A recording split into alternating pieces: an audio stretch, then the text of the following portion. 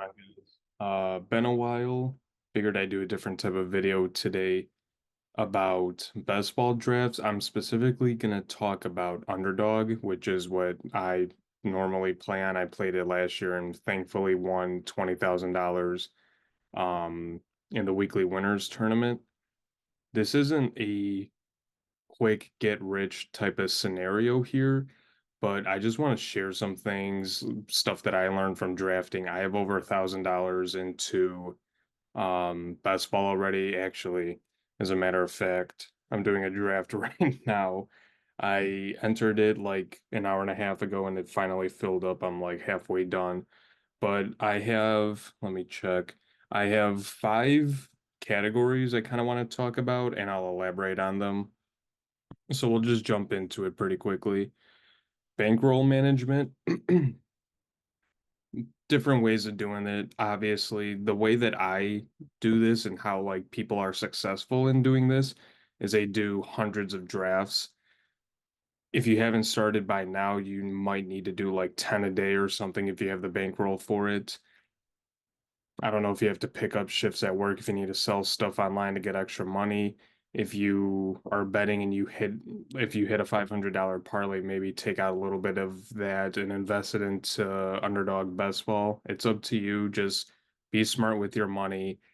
Um, we'll touch on this in a little bit too, but there are drafts where it's like a $10 single entry. I have a couple of those. If that's up your alley, just do that, but I wouldn't necessarily drop a lot of money on this if you can't afford it, really. Um, so number two, variations of stacks. In my opinion, stacking isn't everything, but it definitely will help you.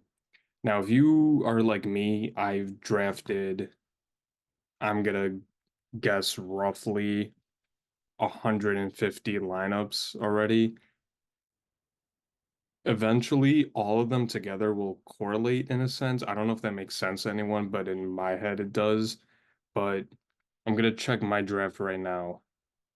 I don't have anyone really correlated. I have Jefferson, Derrick Henry, Travis Kelce, Michael Pittman, Zay Flowers, Jones, Brooks, Joe Burrow's my quarterback right now. I don't really have any stacks at the moment, but I have a lot where I knew I got to some Joe Burrow, Jamar Chase. I know I have you know, with my Bears. I have Caleb Williams, Romo Dunze, DJ Moore. I have like variations of those. I would get them, but with the way the drafts go, it's not always going to be in your favor. You're going to draft Jahmyr Gibbs, and you think you have a good shot at getting Jared Goff, and then he goes away. You can also do like a secondary type stack. So what I mean by that is your second quarterback that you draft, let's just say it's like Aaron Rodgers, you might be able to get like Mike Williams, who usually goes kind of like he's like kind of later on in the draft, so you might be able to snag him and then at least have some sort of stack. Try to get a primary stack if you can. If not, it's not the end of the world. If you draft a lot of lineups, you get a bunch of drafts in. Like I have a lot of Anthony Richardson.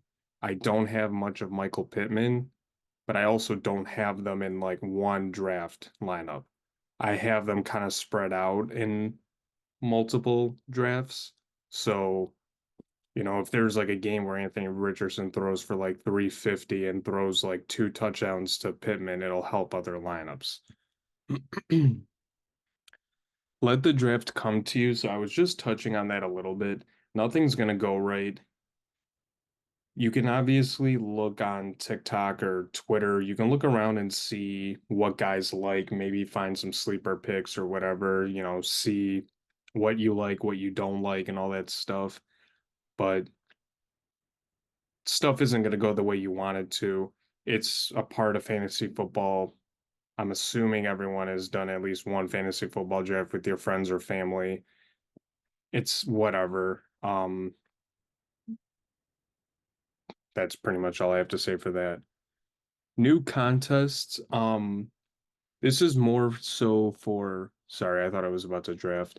This is more so if you're kind of new to this and you just want to dabble a little bit into it, but Underdog Drafts, I believe is a Twitter handle.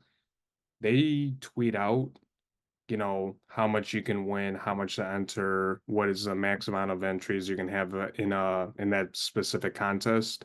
So you can definitely look into that stuff and see if there's something that piques your interest. I know I have a I think I maxed out 120 max. I know there was a 50 max that I couldn't really max out. The only reason why I couldn't max it out was I was busy with stuff, and typically those tend to max out pretty quickly.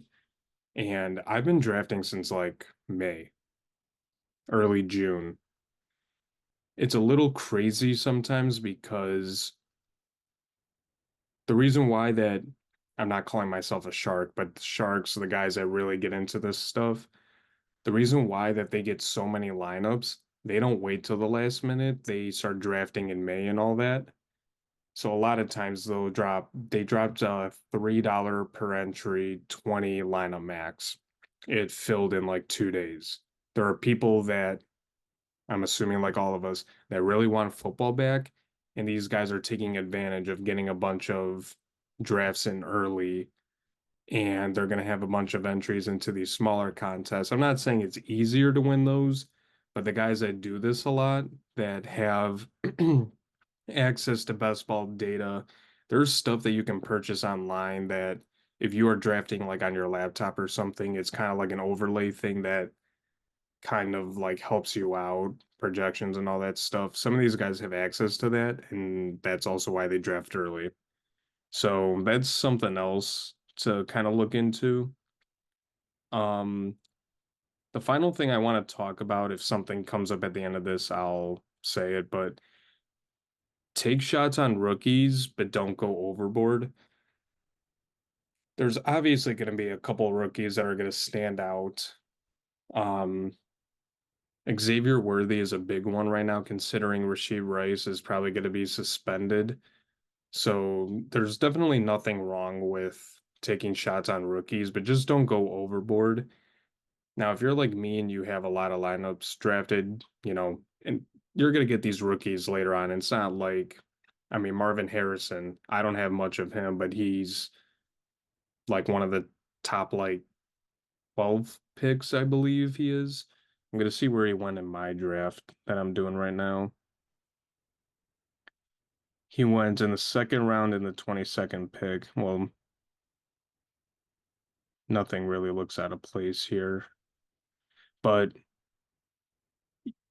what I'm trying to get at is you're going to be able to draft you're going to be able to draft rookies later on.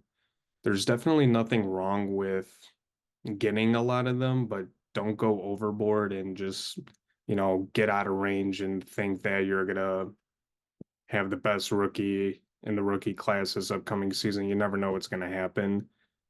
Um, Something I just kind of thought of now. I think a lot of us football fans have this little delusion of, oh, this guy looks great in training camp. He's going to be good for the upcoming season. Training camp is obviously practice for the players and all that stuff and get them back in the swing of things. It's that don't really pay attention to that stuff. I mean, it's kind of nice as us football fans to, um, it's nice for us football fans to see football being played, seeing the clips on Twitter and TikTok and all that stuff, but don't let that be the reason if someone's having a bad training camp or mini camp, whatever they call it. Don't let that be the reason why you don't draft a player just because you saw a clip of them dropping a wide open pass. I, Me personally, I think that's common sense, but so yeah, bankroll management, we talked about variations of stacks. Like I said, it's not the end of the world. Probably a smart thing to do, but if you draft a lot of guys or you draft a lot of lineups, they're all eventually going to correlate together. Let the draft come to you. Don't get too cute with stuff. Oh, exposure. One of the last things I'll talk about. Exposure. If you're drafting a lot, you're not going to get even exposure to everyone. It also depends on where underdog, because it's a snake draft and they randomize you. It kind of depends on where they place you with your first round pick.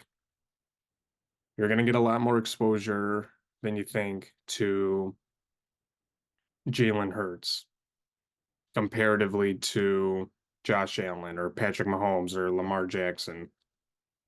It's going to happen. You can't control it. Try to get as much as everyone as you can as possible, but that's about it. Um, New contests, obviously follow Underdog Drafts on Twitter. You'll find them. Take shots on rookies that I just talked about. You'll get them later on in the drafts. It's not the end of the world. So you'll definitely be able to get to a good amount of them as much as you like later on. So that'll just about do it. Very quickly, we got 1,000 followers on Twitter. So thank you to everyone for that. Um, with football season coming around the corner, Funk and I will actually be recording again. Baseball, we haven't really been posting much besides Prize Pick, Sleeper, Underdog plays, just because baseball, this is kind of like the dog days, that's basically the only sport on. I've been dabbling a little bit in WNBA and it's been okay, but they're on like a 3-week break now, so literally it's only baseball going on. Um, But yeah, I'm just so excited for football to be back. Baseball, fantasy, FanDuel lineups haven't been treating us well, so we just need football back at this point. So make sure to like and subscribe if you haven't already. Thank you for watching, and I'll see you guys in the next video.